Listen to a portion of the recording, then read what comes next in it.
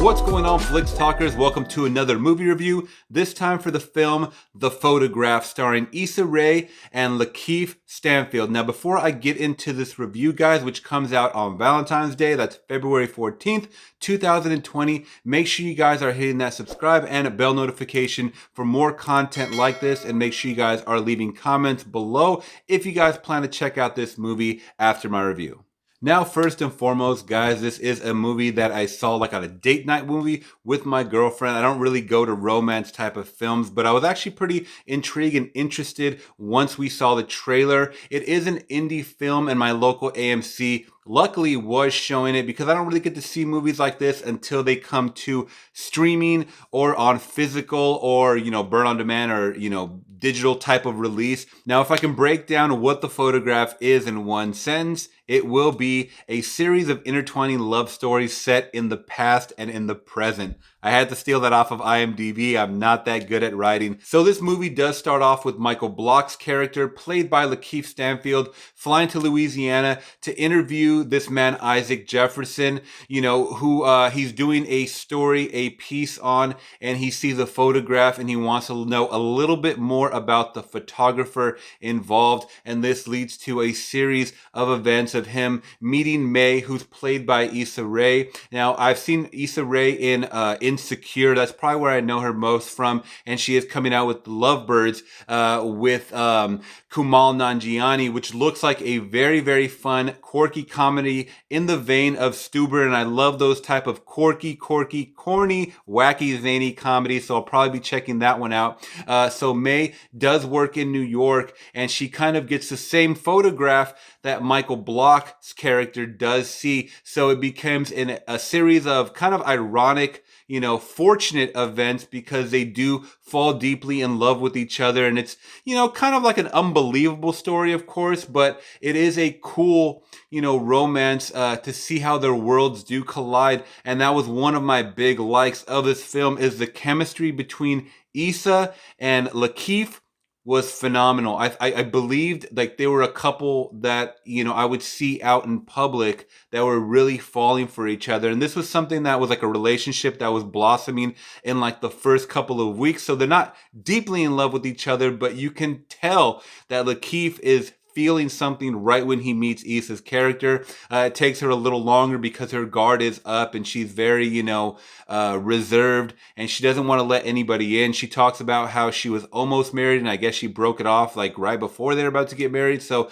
she has a lot of baggage, and she's just more focused on her work, at the same time we're, discovering her past with her mother, who she didn't know too much about, and her mother had a lot of skeletons in her closet. So it's cool to kind of see that, as well as, how the stories with her and Lakeith actually intertwine, because it goes a little bit deeper, and that's where that kind of full circle, of events that I thought were, a bit far-fetched kind of play, and that kind of does jump to my dislikes, as the story itself as a whole was a little bit unbelievable and predictable at times. I actually predicted it right at the beginning of the story, but that doesn't hold any bearing on my score at all at the end of this review, because I did like the whole content and the nature and the central love theme of this, film. And these were fresh faces to me. I mean, I'd seen Lakeith Stanfield, more recently in Knives Out. Of course, we saw him in Get Out. And I think he's a phenomenal actor, and I think he's definitely on his way. Issa Rae, of course, from Insecure, and like I said, Lovebirds coming up, and I really hadn't seen her too much,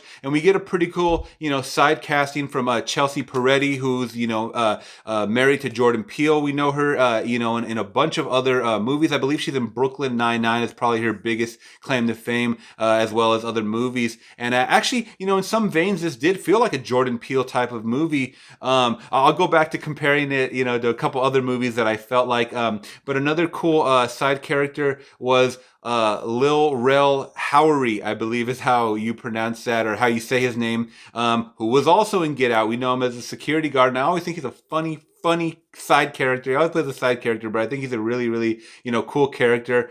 We also get a little nod from Courtney B. Vance, as well as Rob Morgan, who plays Isaac Jefferson, which they do focus on a little bit in this movie, for a nice chunk of this movie. In his older life, he plays a younger character as well. But it was cool to kind of jump back and forth from the past to the present, I believe in the mid 80s, to present time.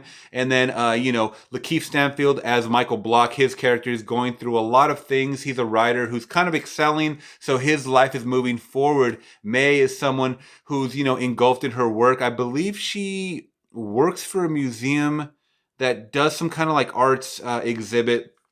Don't quote me on that 100%, but she's also dealing with photography, who, her mother also dealt with photography, hence the name, The Photograph. So it's cool to kind of see that full circle, her following in her mom's footsteps, but she is, ultimately learning some darker things that she really didn't know too much about her mom. And it was kind of cool seeing, her mom's story being told, because I was like, whoa, like it was a little more interesting to me to see more what was going on with the mother than maybe the relationship that was happening with May and Michael, their characters. But it was cool. It was a cool collide of, love and just, distance tearing people apart, because it felt more realistic in that vein. And at the whole ending of this movie, it really reminded me of the movie Garden State, which I absolutely love.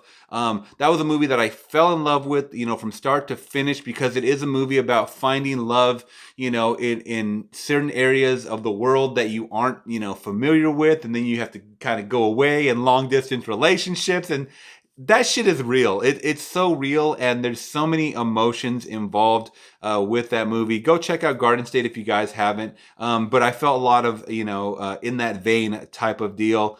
So I just really, really did enjoy this movie, guys. It's only about, I believe, an hour and a half, hour and 46 minutes. It is a drama romance, and it does come out February 14th, 2020. Let me know if you guys plan to see it. I think my overall score for this is going to be a solid 3.7, almost a 4. I'll say a 3.8 actually. 3.8 out of 5, saying definitely go watch it. The gripes I only had with it really were the length, the pacing. It was a bit slow and drawn out. And scenes just kind of happened, but more towards that third act, I felt a little more emotion with it, and I was a little more invested, and I liked the overall outcome. It was very powerful. The characters were very believable, but I had a little bit of the pacing issues. Maybe the directorial style was not, directing was not that great. And I think this might have been a bigger directorial debut for this director, Stella Meggi, I believe is how you say that name, and she was also the writer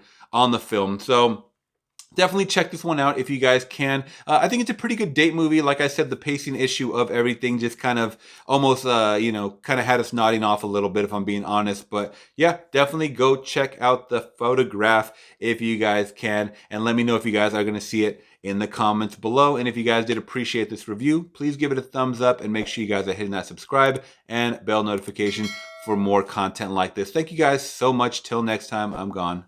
Peace.